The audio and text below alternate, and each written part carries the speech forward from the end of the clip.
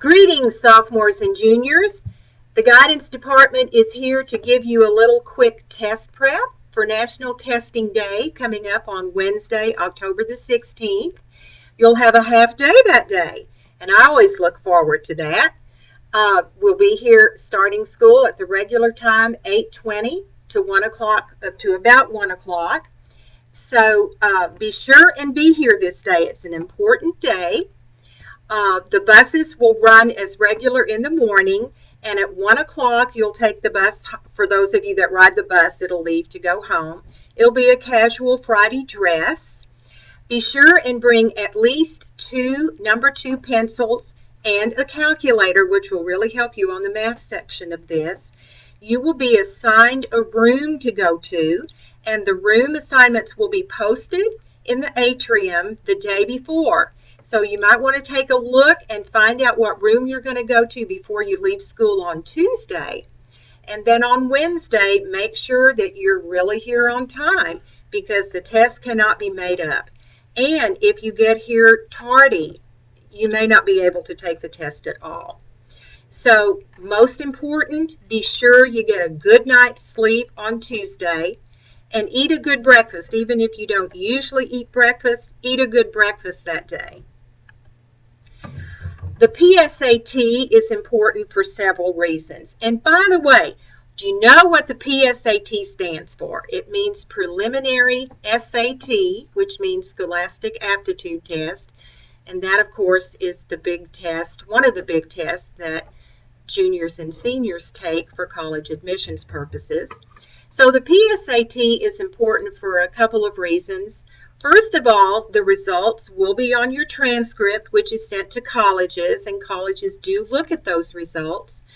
Juniors, your scores are particularly important junior year because they determine national merit scholars, and this means big money.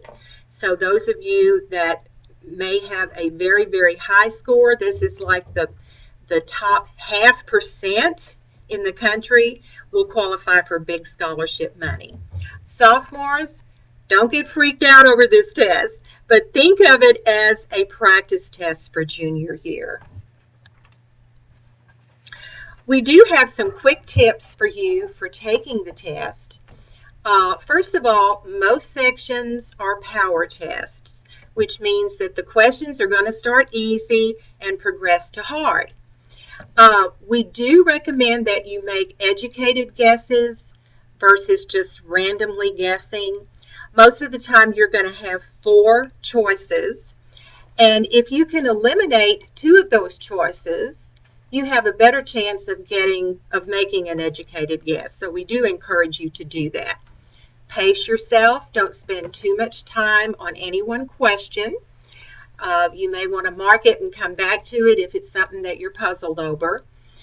You will get 1 point for correct answers, and only 1/4 of a point will be deducted for any answer that you get wrong. So it really is worth your while to make good educated guesses. You will just not get any points if you skip it. So do make those good educated guesses. There's going to be a free response section, which we will cover later in this prep. There are definitely a few benefits of taking the PSAT, and NMSQT stands for National Merit Scholarship Qualifying Test. That's the other name for the PSAT, which applies to you juniors, as I talked about earlier. It is really an excellent practice for the SAT. You are going to find out what your strengths and weaknesses are so that you know what to practice for the SAT before you take it. You will also start receiving college and scholarship information. And as we already talked about, juniors will qualify for National Merit Scholarships, which is a big deal. And juniors, along this line, also be sure that you mark your ethnicity when you're taking this test, because there is special recognition for African Americans and Hispanics with high scores. Let's look at a quick comparison between the PSAT and the SAT. They are very, very similar. As you can see, um, 3 parts are exactly identical: critical reading, math, except for the SAT, the math will be at a higher level. Writing skills are on both. The thing that is not on both is an essay. Essay is just on the SAT, which makes the SAT a longer test. And that's really all the difference. The 3 sections that you'll find on the PSAT are critical reading, math, and writing. In the critical reading section, you'll need to determine some missing words and do some sentence completion in that section. In the passage-based reading section, you'll be given some paragraphs. You'll read the paragraphs and then just simply answer some questions regarding the paragraphs. In the math section, you'll be required to know algebra and geometry. There'll be a separate section called Student-Produced Answer section, and we're going to cover that shortly in the next slide. The third section will be the writing skills, and in that section you'll be given some sentences and some paragraphs, and you'll be asked to improve by including some words that you will be given, some different sentences that you'll be given in order to make the sentences better and in order to make the paragraphs better. In the math section, again, you'll have 3 different parts in the math section. In the first part, you'll have multiple choice. That's very similar to what you've had during your school years. The second section, again, you'll be required to know algebra and geometry. And it's very important. One tip you might want to do when you're working the geometry problems is to draw figures, because that will help you determine how to work the geometry problems. The third section in the math section will be quantitative comparisons. And what that means is you'll be given 2 numbers, or 2 quantities, and you simply have to compare them. Okay, so quantitative comparisons, you'll just be comparing 2 numbers. In the last section, you'll have the section that you see on the screen now, and it's called Student-Produced Response section. And what that means is you'll be given some problems. You'll have to work them out. You won't have any choices of answers. You will need to come up with your own answer.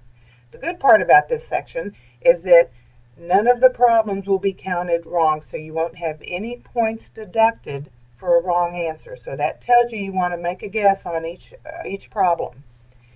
When you're given the student-produced response section, you'll have some boxes at the top of the column, and you'll need to put a number or a symbol in each box. So for example, the $1.75, you would put a 1 in the box, you'd put the decimal point, which is a symbol, and then you put the 7 and 5, and it's really important to color in the circles right below the answer. They've given you the boxes at the top just so it'll be easier for you to see the answer so that you can color in the circles. Because they're going to go with the colored circles. That's how they actually compute your answers. In the next problem, you have a mixed number, 2 1/3. If you were to write that in the boxes as it is right now, you'd have a 2, a 1, a fraction bar, and a 3, which equals 21/3, which is 7, which is not the correct answer. So just remember, when you have a mixed number, a whole number and a fraction, you want to convert that to an improper fraction. So 3 times 2 plus 1 would give you 7/3. So you'd write in 7 in one box, fraction bar, and then the 3.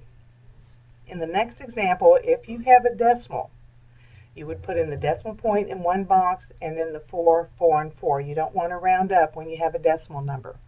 In the last box, if you end up with a percent, again, that's part of 100, 20% of 100, so you can write that as either 0.20, or you can reduce it down to 0.2. 2/10 and 20/100 have the exact same value. So you'd write a decimal point and then a 2. One other thing I wanted to point out about the math section, you will only have positive answers or you will have a 0 as an answer. If you come up with a negative answer, you want to redo that because there are not any negative answers. In the math section, you may use your calculators. We highly encourage you to bring that. Not required, but it will be helpful when you're taking the test. Make sure you bring one that you're familiar with.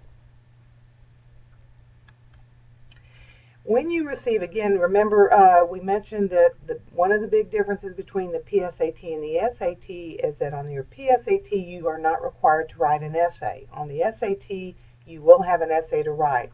So when you receive your score report with your scores, they're going to give you an SAT essay assignment. So you just go online to College Board and you will be able to view some sample essays and you will learn how they are scored. So this is a good thing to do when you receive that. A couple other things we wanted to pass on to you, especially to the juniors. This is a great year for you to do test preparation. We want to encourage you to do as much test preparation as you can. In Naviance, there's an excellent method test prep. It's about a 50-hour tutorial, covers every aspect of SAT and ACT, and it's free. So you just pop on there and do that, and that will help prepare you for both the SAT and ACT that you'll be taking this year. We usually recommend that juniors take the SAT or ACT, determining which one you're going to take, and we usually like for you to take that in January and February for the first time. Many of our juniors retake that test or both tests in June, and then most of our seniors will be retaking that test first time out senior year. Jennifer Harrell's an outside tutor. She also provides some test prep sessions for the SAT and ACT, and she's offering these on Wednesday morning and also in the afternoons on Monday and Thursday. And you can pick up a flyer in the counseling office. Juniors, you took the planned test. You're now taking the PSAT. We hope to have those results back before Christmas. December 16th, we will be offering a PSAT meeting for all sophomores and juniors, parents and students. And at that point, we'll be going over your test scores, your results, and just explaining in depth about the PSAT. Thank you so much. We really appreciate your attention today, and we wish you all the very best on the test next week.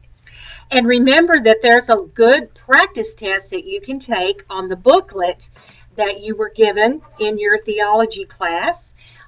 It would be a good idea tonight, if you haven't already done that over the weekend, to go to the center of that booklet that you received, pull out the practice test, and take it. That's really the best test prep that you can do. Thank you, and have a good test day.